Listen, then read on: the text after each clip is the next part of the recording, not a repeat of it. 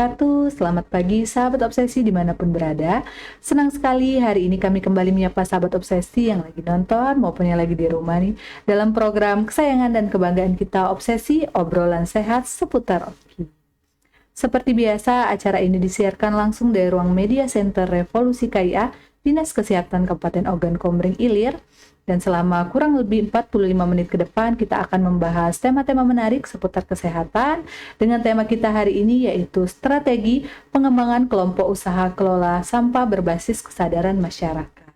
Keluh kesah bersama. Nah, sahabat obsesi, tentunya kita sudah kedatangan narasumber yang sangat spesial pada hari ini yang sudah siap nih berbagi informasi dan edukasi bersama kita dan sahabat obsesi yang lagi nonton.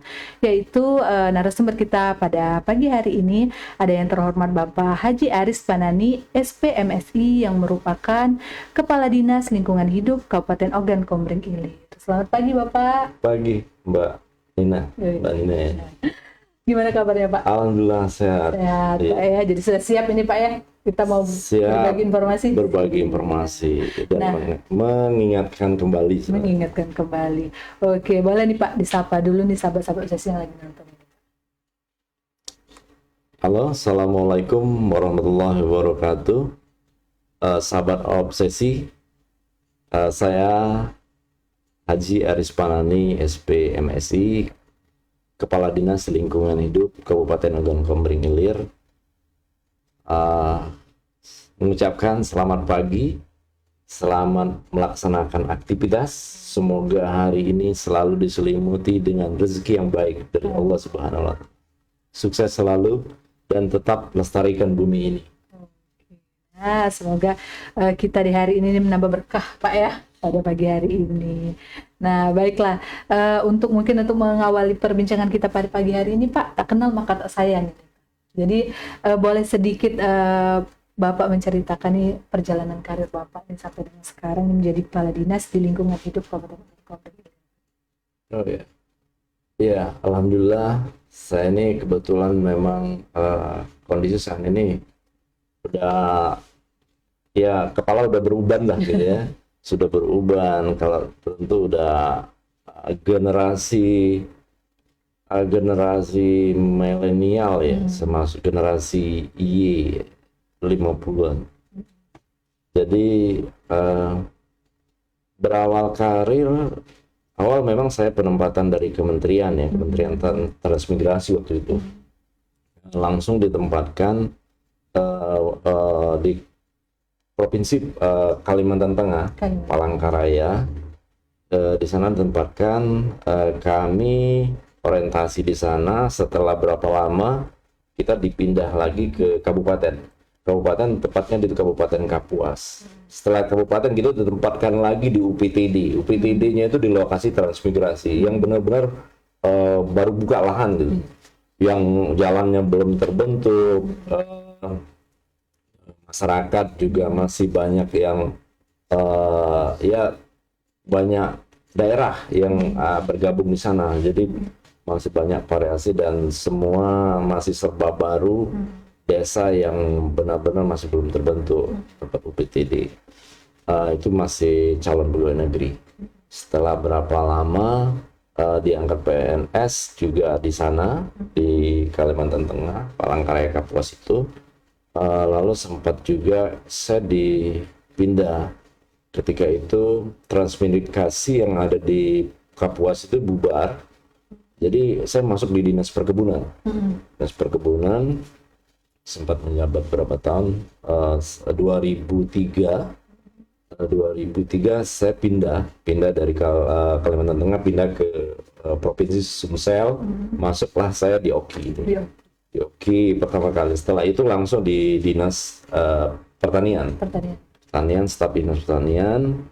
Alhamdulillah lumayan juga berapa lama di Dinas Pertanian. Di 2015 ya, 2014-15 sempat menjabat Kabak Umum di Setda Oki, terus sempat juga sekretaris di Dinas Transmigrasi. Langsung di sana juga kita diangkat menjadi Kepala Dinas Transmigrasi. setelah transmigrasi, saya sempat di dinas peternakan ya, dinas peternakan beberapa tahun. Setelah dinas peternakan, waktu itu di merger antara peternakan dengan perkebunan. Jadi saya sempat juga kepala dinas peternakan sempat, kepala dinas perkebunan peternakan juga sempat. Setelah dari situ saya terakhir di dinas lingkungan hidup. Alhamdulillah sudah memasuki tahun ketiga mungkin saat ini dinas. Ya tapi masih banyak lah, perlu belajar, perlu mengikuti. Karena basic saya juga memang pertanian. Ya alhamdulillah karir saya sempat menjabat ini tidak jauh-jauh lah tentang pertanian, alam, kimia, jadi fisika begitulah, IPA lah ya. IPA. Jadi alhamdulillah belajarnya juga agak cepat nyambung sedikit lah dengan saat ini yang tempat saya bekerja. Tapi sudah sangat luar biasa ini Pak, sudah kemana-mana ini. Ya sebenarnya sudah kemana-mana, tapi perasaannya ini belum kemana-mana. Belum Pak ya, masih perlu belajar lagi nih. Masih perlu banyak belajar. Seperti kami nih yang mungkin saat ini masih sedang menjalani Pak, harus banyak belajar lagi. Harus banyak belajar. Saya saja sudah putih rambut saat ini ya masih tetap harus belajar. Jangan apalagi yang masih rambutnya hitam, tapi harus tetap belajar. Karena kita tidak pernah cukup dan tidak pernah, karena pembelajaran ini dimanapun bisa kita jadikan guru. Anak kecil saja kita jadikan guru saat ini, karena ada ilmu yang bisa kita ambil dari mereka. Nah, buat sahabat yang lagi nonton ini, kita nih sebagai mungkin yang sekarang sedang menjalani, harus tetap semangat ini. Semangat belajar, jangan mudah puas dengan apa yang didapat sekarang. Iya. Pak ya. Oke, nah mohon izin sebentar Pak ya, kita mau menyampaikan informasi ini buat sahabat obsesi yang lagi nonton ini. Kami selalu mengingatkan nih bahwa untuk setiap ibu hamil di wilayah kerja Kabupaten Ogan Komering Ilir ini, bahwa seluruh puskesmas di wilayah kerja Kabupaten Ogan Komering Ilir sudah dilengkapi dengan alat USG nih. Jadi ayo nih untuk seluruh ibu hamil untuk memeriksakan kehamilannya nih minimal 2 kali dengan dokter dan 4 kali dengan bidan selama masa kehamilan. Dan jangan lupa untuk selalu rutin datang ke Posyandu, karena seluruh posyandu di Kabupaten Ogan Komering Ilir sudah dilengkapi dengan alat antropometri untuk penimbangan dan pengukuran bayi dan balita. Dan jangan lupa juga untuk imunisasi dasar wajib lengkap.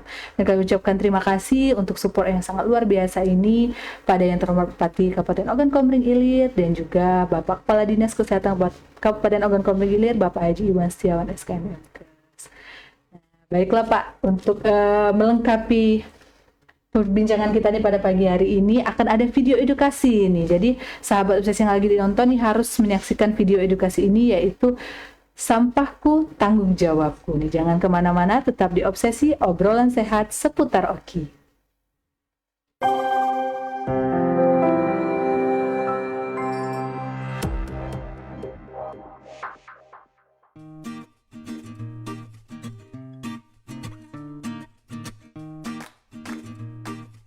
Halo teman-teman, tahukah kalian 3R? Mari kita cari tahu.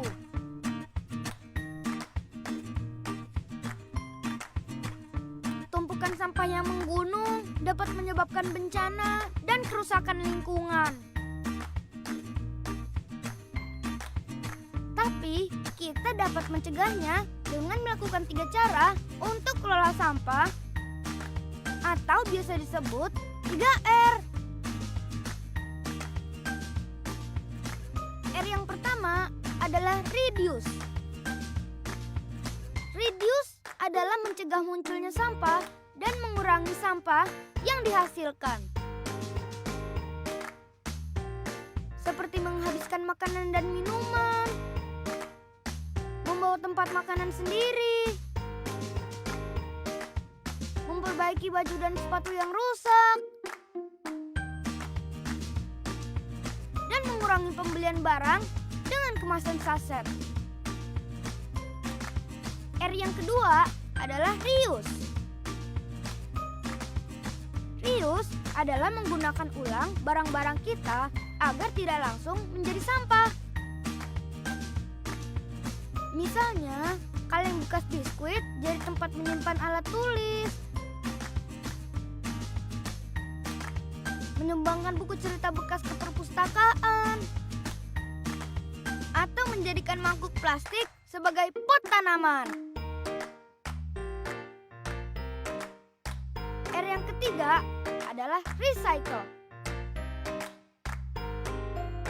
Recycle adalah mengubah barang bekas menjadi barang baru agar tetap bermanfaat. Seperti membuat pupuk kompos dari sisa makanan atau kulit buah. Dan mengumpulkan barang bekas dari kertas, plastik, kardus, kaleng, kaca untuk dibawa ke bank sampah.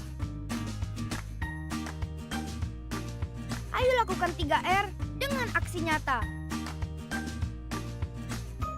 Dengan menghabiskan makanan, menggunakan tempat makan, tas belanja sendiri, memakai ulang kantong plastik, memakai botol untuk pot tanaman, dan menyetor sampah bernilai ekonomis ke bank sampah.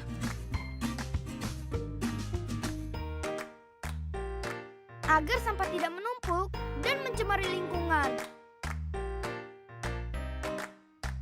Karena sampahku, tanggung jawabku. Yeay!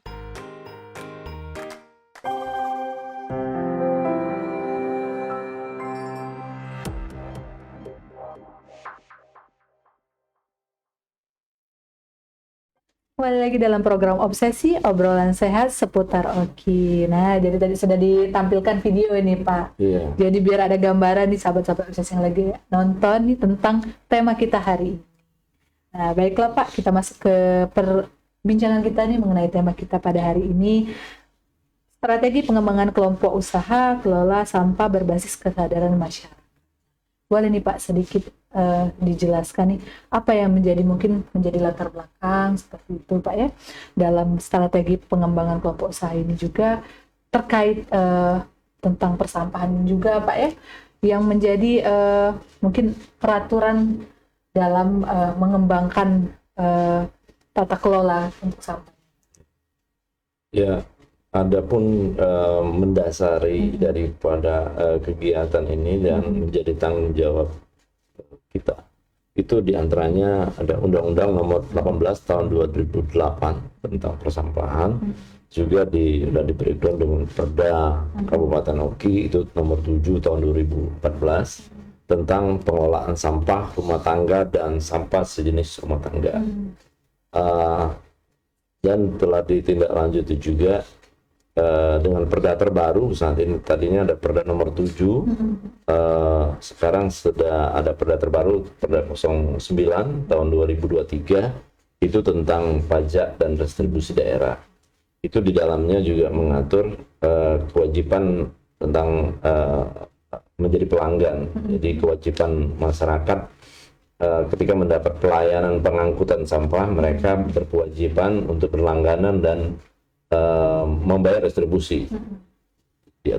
Jadi latar belakang Pak ya dari tata kelola sampah ini sendiri. Yeah. Sepertinya seperti yang Bapak sudah sebutkan tadi, banyak perbaruan-perbaruan. Banyak perbaruan. Oke, nah seperti apa sih Pak dampaknya sendiri nih kalau lingkungan nih jika banyak sampah? Sebenarnya kita tuh masyarakat ini kita sudah tahu nih Pak. Sudah tahu sebenarnya. Tapi kesadarannya masih minim seperti itu. Memang sebenarnya ini yang harus dimiliki. Sebenarnya sudah memiliki semua. Sudah ada rasa pengen menjaga kebersihan, menjaga, ya berdampak dengan impact menjaga bumi gitu ya. Karena ya kita sudah tahu dan semua masyarakat juga sudah tahu bahwa ketika banyak sampah itu ya mungkin pertama lingkungan yang terlihat lebih kumuh, terus tentu aroma yang kurang sedap akan ada, tentunya juga penyakit. Ya penyakit yang langsung biasanya ketika bersentuhan dengan sampah ini, karena di situ juga ada sarang penyakit, biasanya ada penyakit kulit, diare, ada juga kolera, bisa juga ke tipes kan. dan ketidaknyamanan dalam beraktivitas. Ya, biasanya kalau kita beraktivitas di situ dan sampah di samping situ, ya hanya orang-orang tertentu mungkin di sampingnya bisa bekerja beraktivitas dengan di sampingnya sampah atau di depan mereka sampah. Tapi bagi orang tertentu mungkin aktivitasnya akan terganggu. Pasti kualitas kerjanya juga akan berdampak ketika mungkin di sekitar mereka ada sampah yang membuat mereka tidak nyaman. Tentunya juga membuatkan banjir, karena kalau sampah ini sudah terlalu banyak, pasti selokan itu kalau udah masuk dalam selokan semua akan menyumbat selokan, tentu akan berdampak banjir. Juga yang sering juga terjadi, kita terima laporan, kita terima ini, ada kompleks sosial. Kompleks sosial itu biasanya begini, mungkin di situ ada tempat pemukiman masyarakat. Di situ juga mungkin ada timbulan sampah yang dibuang tadinya bukan tempat yang TPS yang ditetapkan menjadi tempat sampah. Nah, ini mereka masyarakat yang mungkin melempar dari kendaraan, ada yang dari mobil, dari motor melempar. Nah, ini menjadi tumpukan sampah yang akhirnya menjadi selama-lama akan menjadi tempat tumpukan sampah. Nah, ini akan menjadi kompleks kadang. Kompleks karena gini, ketika di sini ada tumpukan sampah, kadang sampah ini biasanya tidak, awalnya mungkin memang tertumpuk rapi, tinggal menunggu petugas kita mengambil. Tapi ketika banyak sekali nih, kadang ada anjing, malamnya kucing, ada juga kadang pemulung yang membuat ini menjadi berserakan. Nah, ini yang membuat berserakan. Kadang juga ya ada makanan yang masih di dalam kantong kresek, akhirnya dibawa kucing, dibawa anjing yang masuk lari ke pekarangan masyarakat. Nah, ini yang kadang menimbulkan konflik. Nah, konflik-konflik ini yang juga ini permasalahan sampah yang tanpa disadari. Dan yang terakhir, ini secara tidak langsung mungkin kita akan rasakan ada pencemaran lingkungan. Karena dampak dari sampah ini, ketika sampah ini kan ya ada gas efek rumah kacanya sebenarnya. Ada gas metan yang dilepas dari sampah ini. Kalau gas metan ini dilepas di udara dan akan mempengaruhi ozon kita. Ketika ozon tentunya ya akan berdampak ke pemanasan global, akan berdampak ke ya permukaan bumi kita akan terasa lebih gerah, panas. Nah, ini bagi kita mungkin tidak begitu merasakan. Ketika ada saudara-saudara kita yang tinggalnya di daerah kutub sana, ketika ada pemanasan global ini, tentunya mereka mungkin yang biasanya hidup dengan kondisi dingin, kondisi yang es di daerah yang kutub itu dingin, tapi ketika ada pemanasan di kita sini mungkin sekitar ada kenaikan suhu bumi, maka kemungkinan bisa saja di wilayah mereka, es mereka atau gunung es yang di sana itu bisa mencair. Kalau mencair ya tentunya ya kalau terlalu panas suhu bumi, yang mereka biasa hidup di kutub, biasa dingin. Nah, ketika dingin ini tidak ada esnya lagi, kemungkinan ya saudara kita juga tidak bisa hidup lagi yang di sana, tidak ada kehidupan lagi di sana. Dan dampaknya juga ketika ada gunung es itu sudah mencair, ketika panas bumi sudah ini, ya tentunya permukaan air laut akan meninggi. Ketika ada yang meninggi, ya berdampak, ya di mana-mana akan ada banjir. Ini dampak yang ketika dampak jangka panjang ketika kita tidak peduli dengan lingkungan. Mungkin itu. Jadi sebenarnya kita ini sudah tahu ya gitu Pak. Sudah ya? tahu sebenarnya, tapi kalau kami sekarang ini ya kita sama-sama saling mengingatkan, saling mengingatkan, dan ini juga dijadikan kalau bisa memang ada rasa yang tadi disampaikan, sampahku tanggung jawabku, sampahku tanggung jawabku. Jadi ya ada rasa ketika membuang sembarangan, apalagi ketika kita membuang ke sungai, itu ada rasa itu akan membatasi kita untuk tidak berbuat yang negatif seperti itu.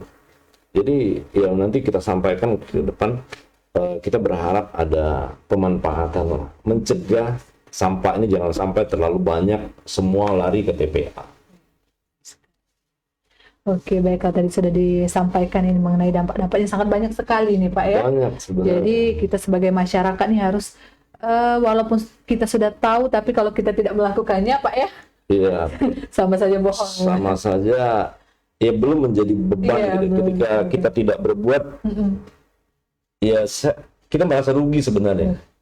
Rasa itu yang harus kita timbulkan saat ini. Rasa itu yang harus kita timbulkan, yaitu bagaimana kita sama-sama kalau bisa dijadikan gaya hidup lagi. Oke, nah untuk selanjutnya nih Pak, karena kan setahu kita nih kalau misalnya barang yang mungkin sudah kita tidak pakai lagi atau bekas itu sampah, nah seperti itu Pak ya. Iya. Nah, sebenarnya itu jenis-jenis sampah itu seperti apa sih Pak? Mungkin ada dibeda-bedakan, apalagi nih misalnya kita mau naruh sampah mungkin ya Pak ya di tempat sampah seperti itu, apakah harus ada mungkin ini sampah yang harus kita mungkin packingannya lebih ini lagi ya, mungkin dikantongin lagi seperti itu atau Iya. seperti apa? Ya memang sampah ini memang kalau bahasanya ya sampah ini kan sisa dari aktivitas manusia, baik itu berbentuk padat atau setengah padat gitu. Nah, tapi bagi proses alam itu sebenarnya tidak ada bahasa sampah sebenarnya. Alam itu masih tetap bisa memproses. Dia, tapi ketika kita saja mengatakan bahwa itu sampah sebenarnya. Sampah itu kan banyak, ada sampah organik, ada sampah anorganik. Anorganik itu ada yang sifatnya berbahaya, ada juga yang ada sejenis kertas, ada juga yang benar-benar residu. Yang residu itu yang tidak bisa dimanfaatkan lagi. Yang anorganik ya seperti sampah plastik. Sampah plastik atau styrofoam ini yang benar-benar yang tidak bisa diurai. Contoh ya biasa ibu-ibu atau kita semua memakai kantong kresek. Nah, kantong kresek ini ini sulit terurai. Kadang juga kita temui di tempat pembuangan air itu ibu-ibu kadang juga ibu rumah tangga atau dari warung itu biasanya sampah yang di dalamnya itu sebenarnya sampah organik, seperti potongan sayur bayam, potongan kangkung gitu, atau juga sisa-sisa ketika kita menyiang ikan gitu kan masuk di situ. Nah, ketika dibawa ke TPA sebenarnya di dalamnya itu sudah membusuk, tapi karena dia dibungkus dengan kantong kreseknya ini, nah akhirnya dia tetap masih di kantong kresek. Ini yang akhirnya membuat lambat terurai. Nah, ini yang akhirnya yang organiknya itu tidak bisa terurai karena terbungkus oleh anorganik. Jadi ini yang perlu mengingatkan kembali kepada kita semua agar bisa benar-benar ya kita bisa memilah lah, kita pilah mana yang organik, anorganik, mana yang benar-benar harus bawa ke TPA, mana yang ya bisa kita usahakan di rumah, di rumahan gitu. Sebenarnya bisa diusahakan di rumahan, misalnya yang organik tadi ya dibuat pupuk, ya, nanti dengan pola seperti di perumahan-perumahan itu biasanya komplek-komplek kecil itu kan mungkin ya tanahnya tidak banyak, dia bisa sebenarnya dengan pola biopori, jadi tanahnya itu bisa mereka lobangi, akhirnya potongan sayur, potongan ikan itu dia dimasukkan mungkin dikasih ditambah sedikit dengan larutan untuk kalau di pasaran itu ada namanya merek dagangnya tuh E4 ya, tapi terus banyak memang ini yang lain banyak, itu cuma merek dagang saja. Jadi nanti setelah itu jadi mungkin ibu-ibu rumah tangga tuh bisa diambil yang dikubur di tanah tadi, ini bisa dimanfaatkan di bunga-bunga mereka sebenarnya jadi pupuk organik. Semua bisa dimanfaatkan seperti itu. Jadi ini untuk perumahan skala kecil. Nah ini jadi dimanfaatkan lagi. Dan kardus dipisah. Mungkin kita berharap juga ke depan ada yang membentuk seperti bank sampah. Atau juga kita di sini juga berharap ada beberapa desa ini adanya seperti TPS 3R ya, tempat TPS 3R ya, itu bisa bersama bank sampah. Tapi kalau di mungkin di kota atau di sini sudah banyak Pak ya yang sudah dipisah-pisah ya itu. Jadi untuk sampah organik, untuk sampah organik gitu. Biasanya kalau di pasar itu sudah ada biasanya. Tinggal kita yang memilih nih masukin kotak sampah yang mana nih biasanya. Ya itu juga memang masih ada kelemahan kita di situ. Sebenarnya bisa saja inisiatif dari teman-teman ibu-ibu atau juga orang pasar ketika memilah ini sebenarnya banyak sekali. Seperti kita juga temui di pasar itu seperti ada pedagang-pedagang rujak buah gitu ya. Nah itu sebenarnya kulit dari buah itu sebenarnya sayang sebenarnya. Itu bisa diolah. Ada bahan jadi ekoenzim. Jadi mereka bisa olah, masukkan nanti di semua kulit-kulit buah, kulit nanas, kulit ini nanti dicampur sedikit dengan gula merah. Setelah terus ditutup rapat. Kalau bahasa ya mirip orang bikin apa ya? Kalau ikan tuh ikan kayak bekasem gitu. Jadi itu, nanti airnya itu bisa jadi bisa digunakan untuk pupuk juga, pupuk organik. Dan sebagian juga ada saya pernah dengar itu bisa menjadi sejenis obat. Tapi kita nggak tahu jenis penyakit apa yang bisa, nanti kita belum bisa klaim itu ya. Iya. Nah, jadi mungkin dari yang sudah Bapak sampaikan tadi ini mungkin kita juga harus, karena kan sekarang ini Pak sosial media sudah luas, kita bisa mendapatkan informasi seperti kita saat ini pun kita juga sedang memberikan informasi seperti itu. Jadi nanti bisa dicari-cari nih kalau mau membeda-bedakan sampah, kalau masih ragu nih bisa nanti di searching seperti itu. Nah jadi kita sudah berbincang-bincang ini Pak, tapi kita akan break sebentar ini Pak. Akan ada live musik dari rekan kita Yayan. Buat sahabat yang ada di rumah, jika ada yang ingin mau ditanyakan, boleh silakan ditinggalkan di kolom komentar kita. Nanti insya Allah langsung dijawab ini Pak ya. Insya Allah. Jangan kemana-mana, tetap di Obsesi, obrolan sehat seputar Oki.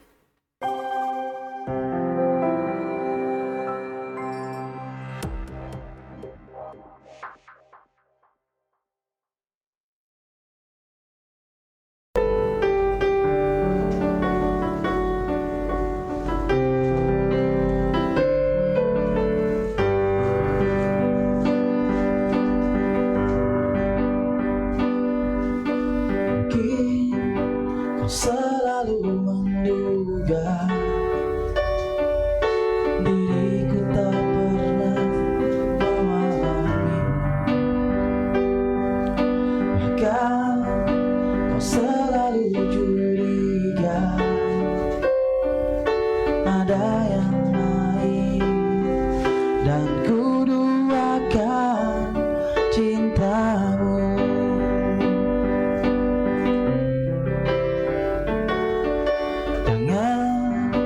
Salah menilaiku dengan semua sikap diamku ini. Jauh di dalam lubuk hatiku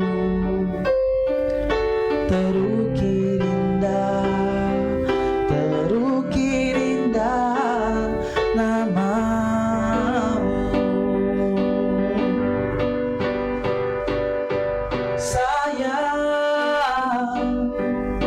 Mengapa masih saja kau ragukan cintaku, ketulusan hatiku ku persembahkan hanya untukmu.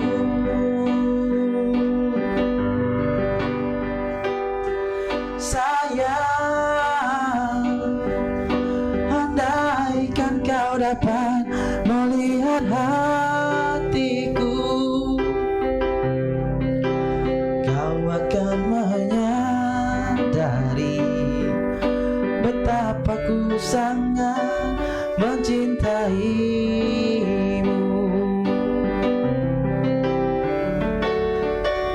Jangan kau salah menilaiku dengan semua sikap diamku ini. Jauh di dalam lubuk hatiku terukir indah, terukir indah namamu.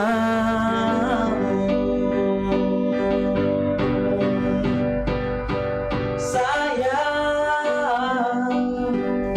mengapa masih saja kau ragukan cintaku? Ketulusan hatiku ku persembahkan hanya untukmu.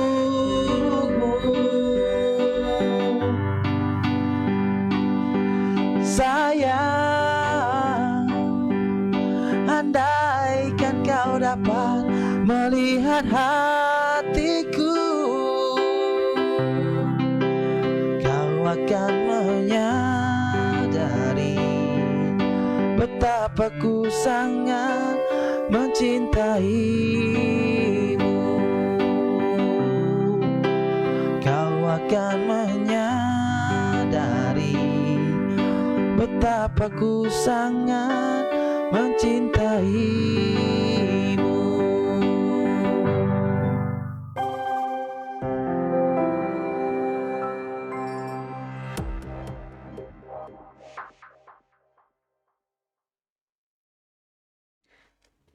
Kembali lagi dalam program Obsesi, obrolan sehat seputar Oki. Nah, jadi tadi sudah ada live musik ini Pak ya. Iya. Jadi supaya nggak bosan ya nih Pak. Oke, jadi kita mau lanjut lagi nih Pak. Iya. Nah, kalau tadi mungkin kita sudah membahas nih mengenai jenis, dampak. Nah, untuk sekarang nih Pak, cara pengelolaan seperti apa sih Pak yang kita harapkan pada masyarakat ya terhadap sampah? Kemudian mungkin apa yang harus masyarakat lakukan? Ya sebenarnya memang kita akui saat ini masih ada beberapa kendala yang kita hadapi. Ya tadi sampah ini kan masih belum terpilah tadi. Jadi terpilah antara organik, anorganik. Jadi belum terpilah. Kalau mungkin sudah terpilah dan ini juga kalau terpilah, ini kan ada yang barang-barang masih bisa ada di recycle dan bisa dimanfaatkan kembali. Nah ini memang sebagian sudah banyak juga berusaha di bidang bagian daripada limbah ini. Tapi memang ya sampah ini yang tadi sampah rumah tangga ini masih belum banyak karena belum seksi mungkin ya, belum seksi. Karena cost-nya juga cukup tinggi ketika ini diolah, ketika pengusaha itu mungkin belum bisa memanage secara benar, pengelolaan biaya produksinya akan lebih tinggi dibandingkan yang. Nah ini mungkin ketika nanti berharap ada yang bisa menemukan bahwa ini benar-benar menjadi, ya tidak berharap, tidak lagi berpikir bahwa ini sampah yang tidak dimanfaatkan, tapi bahwa ini sudah mindset, sudah berpikir sampah adalah emas. Mungkin ini akan lumayan banyak terpikir menjadi usaha yang seksi nanti, mungkin berharap suatu saat. Terus masih banyak juga kesadaran kita untuk menjaga lingkungan. Ini kendala. Karena ya mungkin karena ada juga sedikit ketidaktahuan, kurangnya pemahaman, juga ya mungkin juga tadinya memang mereka hidupnya memang belum menerima informasi bahwa pentingnya kita menjaga lingkungan, pentingnya kita menjaga bumi ini, walaupun sampah yang sedikit itu berkontribusi terhadap bumi ini, kelestarian bumi ini sebenarnya. Dan kurang pemahaman tadi dampak negatif dari sampah, kurang pemahaman tentang pengelolaan sampah yang baik, bagaimana memanfaatkan sampah, mengurangi sampah, dan memanfaatkan kembali sampah-sampah ini. Ini yang masih sedikit. Ya kadang kita sendiri saja seperti penggunaan biasa kan kita mengurangi ya. Kalau mengurangi itu di reduce-nya kita mengurangi sampah. Contoh ibu-ibu ya misalnya ke pasar, juga ke pasar itu ya berharap jangan berharap membawa tas sendiri dari rumah gitu, bawa tas sendiri dari rumah yang tidak sekali pakai. Jangan sampai kebanyakan sedikit, ini belanjanya dikit, kantong kreseknya banyak banget. Nah ini juga tanpa disadari, kalau belum dijadikan gaya hidup, ini santai saja, tidak jadi permasalahan. Tapi kalau ini sudah jadi, ini menjadi bahan cibiran ketika ibu-ibu bawa kresek yang semua jarinya penuh dengan kresek. Nah ini mungkin ibu-ibu menjadi cibiran ibu-ibu. Nah ini mungkin akan merubah mindset nantinya. Jadi berharap ibu-ibu itu memang benar-benar membawa tas dari rumah. Jadi penggunaan bahan-bahan plastik ini sudah benar-benar ditekan. Jadi ada kesadaran tersendiri ketika menggunakan kresek ini. Ya ditekan lah. Jadi itu salah satu contoh. Termasuk plastik-plastik yang lain, plastik yang usahakan bahan yang kita pakai itu bahan-bahan yang mudah terurai. Jadi kita menekan, karena plastik ini cukup sulit untuk diurai. Berusaha di bidang persampahannya juga tadi ya masih belum banyak. Ini yang juga menjadi ini. Tapi ke depan saya yakin untuk yang melirik menjadi bergerak di bidang resikal ini akan lebih banyak ke depan. Jadi sebenarnya sudah banyak sih Pak, kalau di tempat-tempat perbelanjaan mungkin ya sudah dikurangi sepertinya. Sudah dikurangi. Tapi kalau di pasar masih banyak. Biasanya kalau di mall-mall itu di sebagian. Kadang juga kita ke pasar swalayan atau juga ke biasanya di sini kita ditanya ini bawa tas kantong sendiri atau mau beli. Kalau beli kita ini juga banyak biasanya di warung-warung itu seperti di Palembang itu pipet yang sedotan es itu sudah banyak tidak disediakan lagi. Boleh pesan tapi dengan harga Rp5.000 misalnya. Jadi didorong memang bagaimana orang tidak memakai itu lagi. Sekarang juga banyak sebenarnya yang ramah lingkungan, kayak seperti sedotan es itu yang ramah lingkungan, yang dimana itu pengusaha di Kalimantan dari bahan purun bisa dimanfaatkan menjadi sedotan es. Jadi kan ini ramah lingkungan. Nah ini yang jadi kami juga berharap, kita semua berharap, ayo cintai bumi ini dengan cara hal yang terkecil, ya, dengan tidak menggunakan sampah yang sulit terurai. Kalau dari Dinas Lingkungan Hidup sendiri nih Pak, apakah ada mungkin sosialisasi atau edukasi seperti pada masyarakat ini Pak terkait sampah ini sendiri biasanya? Kita memang mungkin kalau jumlah dihitung ini memang belum banyak tersentuh ya kalau dinas, tapi kita juga masuk ke ibu-ibu PKK kabupaten, ibu-ibu PKK ke kecamatan, desa, termasuk Dharma Wanita, juga termasuk ke petugas-petugas kita, itu sudah termasuk petugas-petugas kita punya dilatih gitu. Mereka dilatih, diedukasi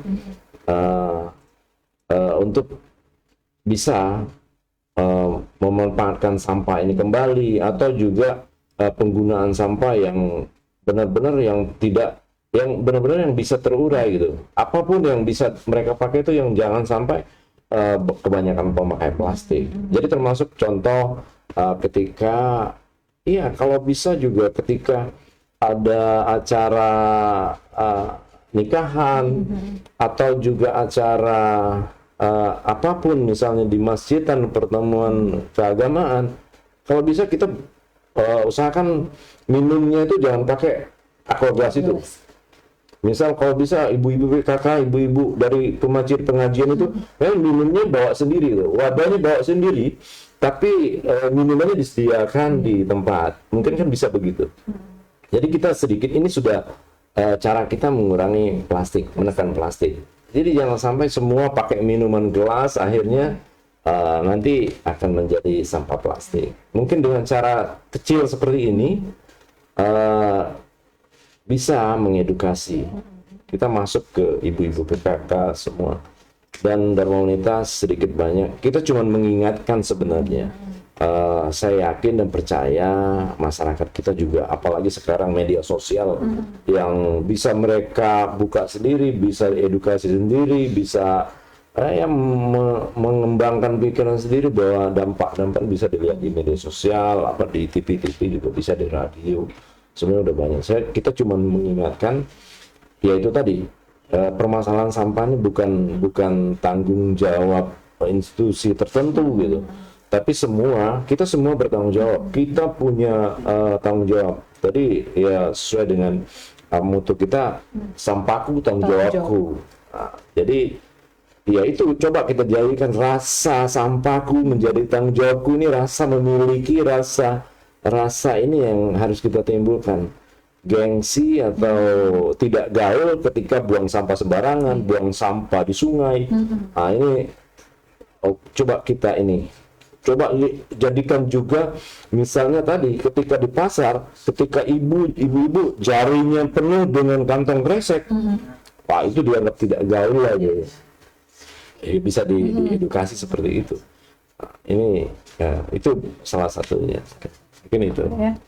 Jadi buat sahabat obsesi yang lagi nonton nih, walaupun mungkin yang kita lakukan tuh kelihatannya kecil seperti itu Pak ya, tapi dampaknya sangat besar nih. Jadi ayo nih kita seperti yang video yang sudah kita saksikan tadi, sampah tanggung jawabku. Jadi tumbuhkan Pak ya, tumbuhkan rasa itu.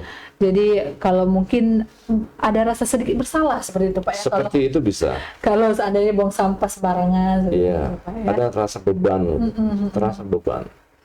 Ya kami juga mengingatkan sebenarnya. Untuk khusus di kota Kayu Agung lah, kami juga menyediakan berlangganan untuk pengambilan sampah rumah tangga. Ya silakan nanti mungkin berhubung dengan kantor kami di atau juga nanti nomor teleponnya ada. Dan kami juga berpesan kepada seluruh masyarakat, sampah organik, sampah rumah tangga ini diupayakan jangan dibakar. Jangan dibakar. Karena apa? Ketika kita membakar bahan-bahan organik ini yang kita bakar, itu ada gas karbon yang dilepas. Kalau gas karbon yang dilepas, ya nanti akan tadi berdampak lagi ke ozon. Ketika ozon menipis, ya panjang lah ceritanya. Jadi matahari itu akan menembus bumi secara langsung. Jadi ya, efeknya juga akan panas bumi lagi. Gas rumah kaca lagi berdampak. Nah ini mungkin ada kadang mungkin sebagian bertanya, kenapa sih sampah tidak boleh dibakar? Ya itu asapnya itu pelepasan karbon. Pelepasan karbon ini juga berdampak. Tapi alhamdulillah sekarang sepertinya banyak yang sudah sadar, banyak yang sudah hati-hati membakar sampah. Sekarang mereka sudah agak sadar. Jadi ya perkembangan saat ini media sosial juga bisa mengajarkan kita semua, dan kita juga ya ada leaflet, ada, dan kita juga sekarang ada misalnya ada kendala di sampah ini juga kita punya call center juga di 112. Itu di call center 12. Jadi itu bisa juga bisa disampaikan.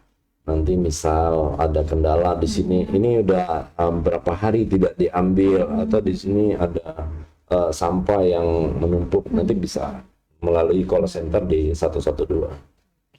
Nah, jadi sahabat obsesi, sudah panjang nih perbincangan kita. Ini mungkin yang terakhir ini Pak, boleh pesan dan juga harapan Bapak nih terkait dengan tema kita hari ini untuk masyarakat nih, khususnya masyarakat kepada kami juga berharap ke masyarakat, khususnya masyarakat Oki, dapat merubah perilaku. yang tadinya kumpul angkut buang, kita kurangi, dan sekarang ya dipilah terlebih dahulu, bisa membedakan mana organik dan anorganik. Jadi jangan sampai semua dibawa ke TPA. Kalau semua dibawa ke TPA, ya kasihan TPA kita nanti kapasitasnya tidak bisa menampung. Jadi benar-benar yang dibawa TPA itu yang benar-benar sudah residu yang tidak bisa didaur ulang lagi. Jadi ibu-ibu kita berharap dipilah dulu lah sebelum diletakkan di depan rumah, di kotak-kotak sampahnya, atau di mungkin ember-ember sampah atau bak sampah itu.